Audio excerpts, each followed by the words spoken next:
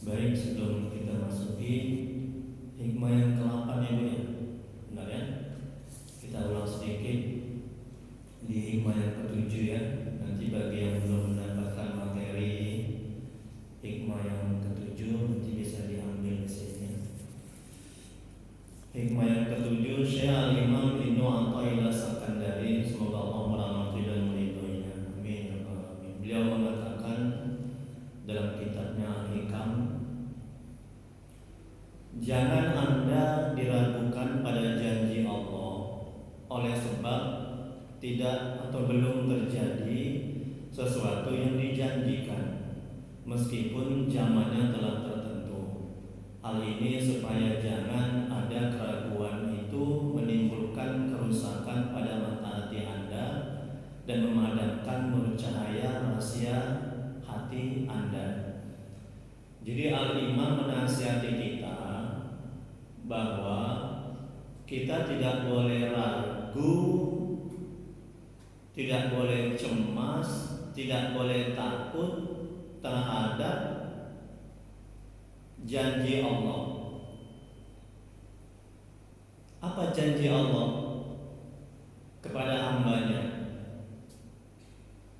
Bahwa kalau kita beriman, kalau kita bertakwa, maka Allah akan memberikan dunia dan akhirat. Ya, dunia termasuklah kemudahan rezeki, keluasan rezeki, dimudahkan urusan. Itu janji Allah. Kalau kita berdoa, Allah akan kabulkan. Kalau kita ragu, kalau kita takut dan cemas dan tidak yakin, kata Al-Imam dalam hikmah yang ke-7 ini, itu akan membuat mata hati kita.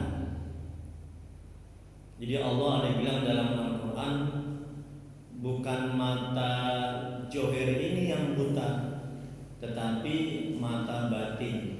Jadi hati ini punya mata. Jadi mata hati ini lebih tajam daripada mata johir. Mata hati ini bisa melihat hal-hal yang tidak bisa dilihat oleh mata johir, mata lahir kita ini. Jadi Al-Imam menasihati kita supaya kita tidak boleh ragu. Agar apa? Agar tidak rusak mata hati kita, agar tidak mati mata hati kita, agar tidak padam mata hati kita, agar tidak rusak, agar tidak buta mata hati kita. Karena musibah yang paling besar itu bukannya kehilangan anak, tidak dapat rezeki, bukannya tidak mendapatkan pekerjaan, suami meninggal, istri meninggal. Itu kecil musibah seperti itu. Jadi musibah yang paling besar adalah bila mata hati seseorang itu sudah buta.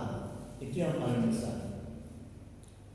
Kalau mata hati kotor sampai buta, maka dia tidak akan bisa melihat kebenaran. Kalau mata hati kotor bahkan buta, maka dia akan susah untuk melakukan ketaatan-ketaatan. Kalau mata hati kotor sampai buta, maka ibaratkan dia di tengah hutan, dia tidak tahu dan bahkan stres jadinya.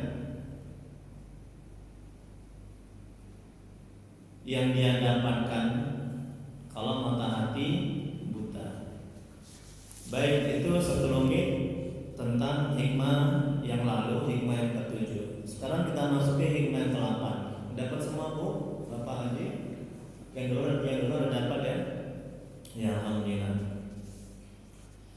Tolong perhatikan baik-baik, jangan mengantuk, jangan ngobrol, nanti salah mengamalkan. Ini bahaya. Ini kaji hati ya. Ya, tapi insya Allah yang namanya kaji hati itu, insya Allah semuanya semangat, nikmat, lezat, ya. Tenang hati itu, masya Allah. Baik, hikmah yang ke-8, perhatikan Bu. Syekh Al-Imam Ibnu Athaillah Sakandari, semoga Allah merahmati dan meridhoinya. Beliau mengatakan, apabila telah dibukakan untukmu jalan ma'rifat. Masya Allah, tabarakallah, nikmat kali ya Allah. Enak di hati ini. Ini masih baca kalam hikmahnya aja. Ya. Makanya saya sangat cinta kali sama hikam ini. Sangat suka kali. Karena insya Allah selamat dunia akhirat kalau kita mengaji hikam ini. Ini kaji hati. Makanya saya Abdul Hasan As-Sadzili itu gurunya saya Imam Ibnu Athaillah Sakandari, semoga Allah merahmati dan meridhai mereka. Apa kata saya Abdul Hasan As-Sadzili?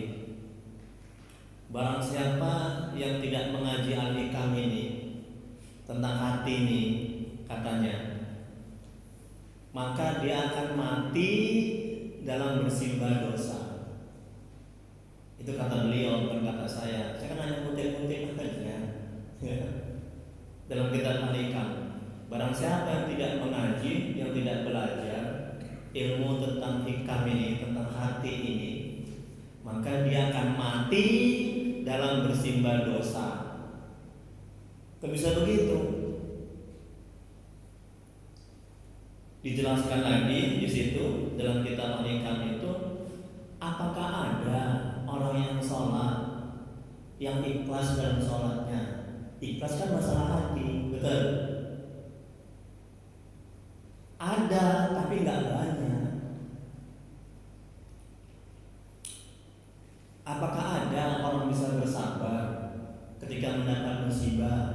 Ada, tapi nggak banyak. Musibah masalah hati, betul kan? Sabar enggak kita? Ridho enggak kita? Itu hati. Dengki, iri, takabur, semua. Buruk sangka, sombong, dendam, itu hati. Khusyuk, itu hati. Jadi kalau dia meninggal dalam keadaan hati ini masih busuk, masih dendam, masih takabur, masih sombong, masih hati ini nggak mengenal Allah, hati ini nggak merasakan kehadiran Allah, muraqabah, merasa diawasi oleh Allah, ditatap oleh Allah, kehadiran Allah dalam hati. Hati ini belum merasakan kenikmatan, kelezatan ketika beramal ibadah, itu kan kiamat itu. Aslinya sia-sia hidup itu. Hatinya kemana-mana kalau ibadah. Jadi sholat bukan semakin baik, semakin jahat dia. Nggak ada artinya sama sholatnya. Kita lanjuti. Perhatikan lagi Bu. Alam hikmah. Apabila telah dibukakan untukmu jalan ma'rifat, ya ma'rifatullah, itu mengenal Allah, maka jangan engkau pedulikan amalmu yang sedikit, sebab ia tidak menyingkapkannya untukmu, melainkan dialah yang memperkenalkan dirinya kepadamu. Masya Allah, tabarakallah, alhamdulillah. Tidakkah engkau tahu bahwa dialah yang menganugerahkan ma'rifat kepadamu, yaitu mengenal Allah kepadamu, sedangkan engkau mempersembahkan amal-amal kepadanya. Dan apalah artinya yang engkau persembahkan kepadanya dibandingkan dengan apa yang dianugerahkannya kepadamu. Masya Allah. Coba kita lihat penjelasannya supaya lebih paham. Kalau kita baca hikmahnya ini nggak begitu paham, betul Bu? Apa nih kok rumit kali kajinya ini? Ya. Nah, apalagi kitab kuningnya, apalagi kitab gundulnya, makin nggak paham. Kita lihat penjelasannya. Makanya saya buat semudah mungkin biar bisa dipahami. Karena jemaah-jemaah kita ini kan beda-beda dia. Kita lihat penjelasannya. Mengenal atau ma'rifat kepada Allah ialah kita merasakan bahwa Allah ada di mana saja kita berada. Allah melihat hal keadaan kita dan pula perasaan kita yang bercampur dengan akidah yang mendalam bahwa tidak ada yang berbuat dan berkuasa selain hanya Allah. Tengok itu. Itu definisi ma'rifat, mengenal Allah. Jadi kita merasakan Allah itu ada dimanapun kita berada. Jadi kalau kita belum merasakan Allah itu ada dalam hati kita, berarti kita belum mengenal Allah. Orang yang merasakan bahwa Allah itu ada, kehadiran Allah dalam hatinya, dia akan selamat dari berbuat maksiat dan dosa. Kenapa orang korupsi? Kenapa orang berbuat jahat? Karena dia tidak merasakan Allah itu ada dalam hatinya, dan Allah dia tidak merasakan Allah itu melihatnya, memandangnya, menyaksikannya. Itu yang namanya muraqabah. Kenapa kita takut berbuat jahat di masjid ini? Karena ada CCTV melihat. Itulah dia ma'rifat. Sekarang kita tanya dalam diri kita masing-masing, sudah merasakan enggak dalam hati kita keberadaan Allah? Kalau belum kita rasakan, berarti kita belum mengenal Allah. Patutlah kita banyak bertobat, banyak menangis. Ya.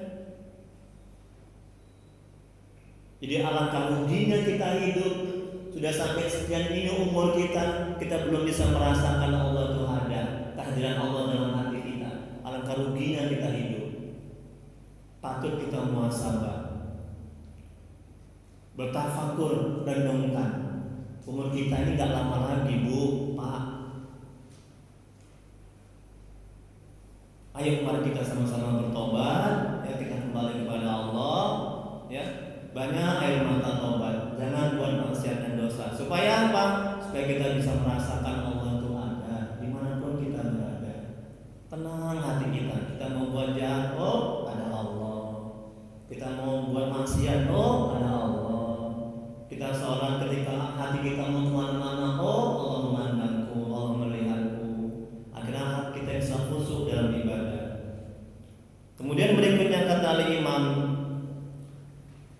lihat lagi, Bu, di mana saja kita berada, Allah selalu beserta kita. Segala perbuatan dan tanduk kita dilihat oleh Allah. Tidak ada yang berbuat selain hanya Allah. Pada hakikatnya yang berbuat ini adalah Allah. Kita ibadah pada hakikatnya itu perbuatan Allah. Tapi ingat, jangan bilang Allah yang sholat, itu nggak benar. Jangan bilang Allah yang ngaji. Ini kajian tauhid af'al, mengesahkan perbuatan Allah. Ya. Ini saya bercakap nih, pada hakikatnya ini perbuatan Allah, dinisbahkan kepada hambanya. Kalau sudah begitu, apa yang mau kita sombongkan, kita angkuhkan, kita hebatkan, kita tunjukkan? Kalau pada hakikatnya ini bukan perbuatan kita, kita bisa ibadah. Itu berkat pertolongan, bantuan, dan daya upaya Allah. La haula wala quwata illa billah. Apa yang mesti kita hebatkan, kita sombongkan? Begitu kita mau bergantung bersandar kepada amal, begitu kita mau menunjukkan amal kita, oh inilah amalku yang membuat aku masuk surga, yang membuat aku ini bisa membangun masjid. Padahal pada hakikatnya bukan dia yang berbuat. Coba. Ya, tawadu, rendah hati, ya, nggak akan menganggukkan, oh akulah yang hebat. Jangan. Ya. Nih kata Imam. Kemudian berikutnya, segala perbuatan dan tindak tanduk kita dilihat oleh Allah. Apa saja yang kita kerjakan adalah Allah yang menciptakan. Itulah definisi ma'rifatullah, mengenal Allah. Kemudian berikutnya, seorang sufi berkata, ma'rifah ialah tidak pernah terlepas hati seorang hamba dari mengingat Allah. Itu definisi yang lain. Jadi banyak definisi ma'rifah. Hatinya terus ingat kepada Allah, Masya Allah, demi Allah. Enak kali hidup itu ya. Ada masalah tenang, dapat nikmat tenang, dicaci, dijauhi, yang dizolimi tenang. Ya. Sama aja dia, dihina sama dipuji sama aja. Itulah ciri-ciri orang mengenal Allah. dijauhkan didekatkan sama aja. Itu udah ciri-ciri orang mengenal Allah. Dapat rezeki nggak dapat rezeki sama aja.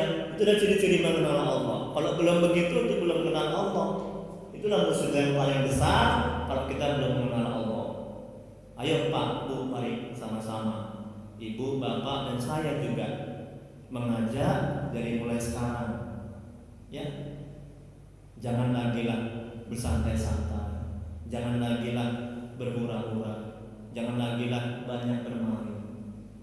Ya, ini saatnya kita mendekatkan diri kita kepada Allah. Sia-sia kita hidup, ini bakalan mati. Ya, mati kalau belum mengenal Allah. Aduh, itu musibah yang paling besar. Tersiksa nanti kita di alam barzakh, betul kan? Ya. Nggak ada gunanya hidup kalau kita nggak mengenal Allah. Jadi kan ada ulama mengatakan orang yang sudah dekat kepada Allah itu mendapatkan 2 surga. Surga di dunia. Apa surga di dunia? Surga di dunia adalah mengenal Allah. Itulah kenikmatan yang paling besar. Kemudian berikutnya, jika Allah dengan sifat Allah yang maha perkasa dan maha mulia memberikan musibah sakit atau segala sesuatu yang menjadi beban nafsu, maka dia akan mempersiapkan pintu dan jalan untuk ma'rifah mengenal kepadanya. Sungguh-sungguh akan memperhatikanmu dan ingin memilihmu untuk dekat dengannya serta berada di hadiratnya. Banyak cara untuk Allah membuat hambanya dekat dan bisa mengenalnya. Salah satunya cara dengan diberikannya sakit. Sakit itu, Bu, perhatikannya. Ini banyak orang nggak suka sakit, betul? Banyak orang nggak suka sakit, betul? Karena nafsu itu nggak suka sama sakit. Ya, nafsu itu nggak suka sama sakit. Itulah watak karakter nafsu. Dia sukanya tuh yang senang-senang, yang sehat-sehat, ya, yang lapang-lapang. Sakit tuh nggak suka. Makanya kata Imam, nafsu sakit itu beban nafsu, jinak nafsu, lemah nafsu, terkekang nafsu. Kalau kita sakit, tapi jangan minta sakit, itu sombong. Ya Allah, buat aku sakit. Itu menantang. Jangan. Kalaupun dikasih sama Allah, sabar. Bukan ridho. Ridho bukan tingkatan kita. Ridho lebih tinggi daripada sabar. Ya. Nah, ini kata Imam. Ya. Jadi banyak cara Allah membuat kita untuk bisa dekat kepadanya, untuk bisa mengenal kepadanya. Dengan salah satu yaitu sakit. Kan berapa banyak, Bu, Pak, dengan sakit orang menjadi dekat kepada Allah, betul? Yang tadinya dia nggak taat, ahli maksiat, diberikan musibah, dia menjadi mengenal Allah, menjadi rajin sholat, rajin berdoa, rajin baca Quran, betul? Rajin zikir. Yang tadinya nggak pernah menyebut Allah, ketika kena asam urat, aduh ya Allah, aduh ya Allah, betul Pak Haji, betul Ustaz? Selama hidupnya nggak pernah melafazkan Allah. Ketika kena asam urat, kolesterol, aduh Allah, aduh ya Allah. Ini salah satu cara Allah untuk membuat hambanya itu dekat kepadanya, untuk mengenalnya. Jadi sakit itu bukan kiamat. Sakit itu bukan azab, laknat. Bukan. Sakit itu anugerah, karunia. Ustaz, sakitku nggak sembuh-sembuh Ustaz, stres aku Ustaz. Tengok itu karena dia nggak belajar al-hikam. Mau mati aku Ustaz, mau bunuh diri aku Ustaz. Tengok itu karena dia tidak pernah belajar manajemen hati. Ya. Nih kata al-imam. Kemudian berikutnya, jadi mulai sekarang Bu, Pak, ayo kita belajar. Kalau dapat musibah sakit, ya kaki sakit, bagaimana manajemen hatinya? Ini penting Bu, perhatikan Bu. Bagaimana manajemen hatinya agar kita bisa bersabar dapat musibah sakit, agar Allah mendekatkan kita kepadanya,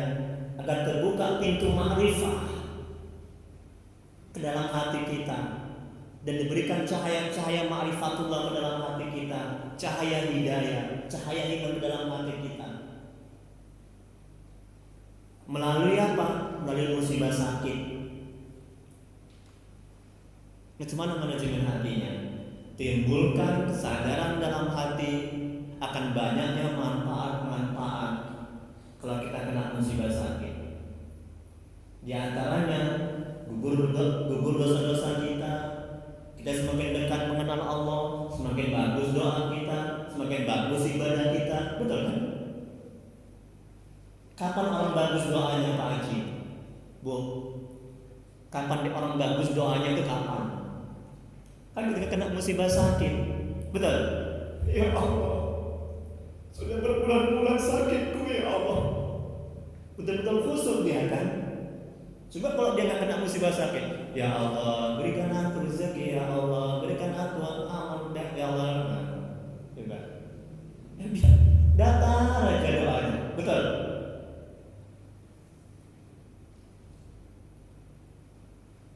Saya meruqyah. Saya udah perhatikan jemaah-jemaah saya itu. Kemarin ada yang datang ke rumah, katanya dari Masjid Al-Fajar ini katanya. Jemaah. Ya. Saya perhatikan itu. Betul-betul mereka tuh doanya itu ya Allah. Ya. Betul-betul khusyuk kali. Ya, keluarkan setan jin dalam diriku ya Allah. Itu doanya. Tapi giliran sembuh sehat, Allah boro-boro mau berdoa. Boro-boro mau ibadah. Alhamdulillah Ustaz udah sehat. Udah sholat, bentar lagi lah Ustaz, tengok itu. Giliran sakit, Ustaz tolong Ustaz. Oh, siapa kau? Masuk jinnya itu. Kenapa kamu bisa masuk? Iya Ustaz, dia ini mengganggu. Ya, jadi jangan begitu. Ya, itu salah satu itu hikmah dari sakit. Jadi timbulkan kesadaran dalam hati akan banyaknya manfaat-manfaat kalau kita kena musibah sakit. Setan menjauh, kalau nafsu tertekan melemah, akhirnya kita bisa bersabar. Kenapa kita bisa bersabar? Karena Allah memberikan kesabaran ke dalam hati kita. Kalau kesan pertama kita ketika kena musibah sakit, udah inilah kiamat, mati laku, stres laku. Itu setan dan jin itu makin mengganggu, makin stres kita makin menderita dan malah bertambah sakit penyakit kita. Yakinlah, udah mendapat dosa, betul kan? Setan jin makin mengganggu kalau kita nggak bersabar. Kalau nggak kita kondisikan hati kita seperti itu. Coba amalkan. Ini sudah saya amalkan dan jemaah saya juga sudah mengamalkan. Tapi ada sebagian tidak mengamalkan. Yang masalah dialah itu, saya sudah nyampaikan, ya kan? Kewajiban saya sudah selesai. Kemudian berikutnya yang mana Bu? Oh Bu. Karena itu, ya, betul. Ya. Karena itu peliharalah etika. Ini bukan peliharalah, ya. Peliharalah etika bersama Allah dengan rela dan pasrah, serta berhubunganlah kepada Allah dengan kegembiraan dan kebahagiaan. Jangan merisaukan luputnya amal badaniyah, ya, yaitu sakit jasmani tidak bisa sholat. Sakit itu amal badaniyah. Sedangkan amalan hati apa? Sabar. Amalan hati lebih besar pahalanya ketimbang amal badaniyah. Sedekah itu amal badaniyah. Amalan hatinya apa? Ikhlas. Ya. Ikhlas, ridho, sabar itu amalan hati. Itu yang berat. Betul Bu? Betul kan? Amalan hati lebih berat ketimbang amalan jasmani. Betul. Gak ada gunanya amalan jasmani, sholat, puasa, sedekah, kalau amalan hatinya rusak, yaitu gak ikhlas. Betul. Ikhlas letaknya di hati. Gak ada gunanya sakit, itu amalan jasmani. Kalau amalan hatinya sabar, tidak berfungsi.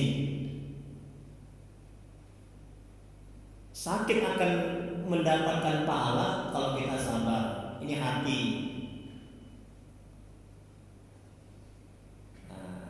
Jadi perlu dibereskan hati kita. Kemudian karena sungguhnya amal badaniyah hanya perantara bagi amal hati. Tengok kan, amal badaniyah, amal jasad ini itu perantara bagi amal hati. Sholat gak ada artinya kalau hati ini gak khusyuk, betul. Sakit gak ada artinya kalau hati ini gak sabar, betul. Sedekah gak ada artinya kalau hati ini gak ikhlas, betul. Ditolak semuanya. Hengong itu. Betapa pentingnya hati ini. Makanya beruntung Bapak Ibu dapat curriculum ini tentang manajemen hati. Tapi dengan ibu bapak aja yang beruntung, kewajiban menyampaikan sama yang lain, tetangga, saudara. Ayo Bapak Ibu pergi kita setiap hari Sabtu, tiap bulan. Minggu kedua di Masjid Al-Fajar ba'da subuh, ayo mengaji al-hikam. Kewajiban itu menyampaikan itu. Terlepas mereka mau atau tidak berurusan kita, betul. Bukan kita yang memberikan hidayah. Hidayah Allah, yang bolak-balikkan hati adalah Allah. Saya dimanapun saya berada, saya kasih satu nama saya. Ya, ini ayo Pak, ngaji kita yuk. Setiap ada jemaat saya pasien yang datang ke rumah saya, belajar agama ya Bu, Ibu udah sehat, Bapak udah sehat, ayo mengaji di rumah, di Masjid Al-Fajar, di Masjid Istiqomah, El-Petiyah, di Masjid Muhajirin, Komplek Bumi Asri, setiap Jumat pada subuh, ayo mengajak, jangan mengejek, merangkul, jangan memukul. Tebar kebaikan. Di ini pun juga, ini kan di Facebook nih, ini dia apa di Facebook, di YouTube berdakwah.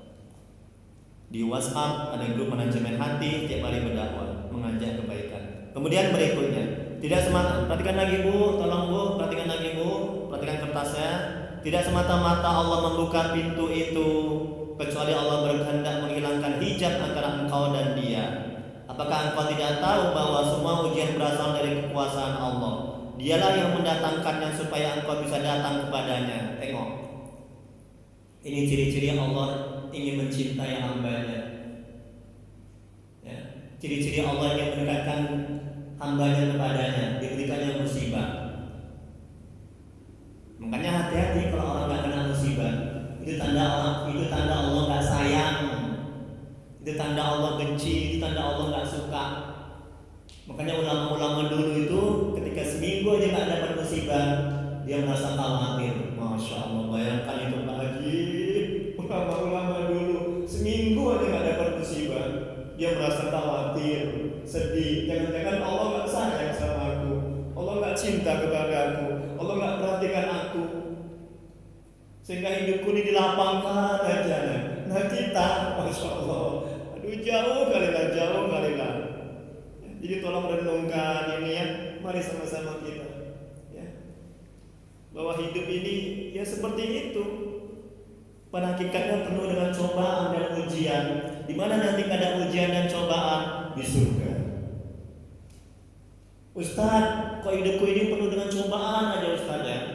Aku maunya enak-enak, lapang-lapang aja lah, gak ada cobaan, gak ada ujian Ustaz. Oh ya gak bisa. Ya, mati aja pun juga dicoba, ya kan? Marot buka, siapa Tuhanmu, ya kan? Siapa nabi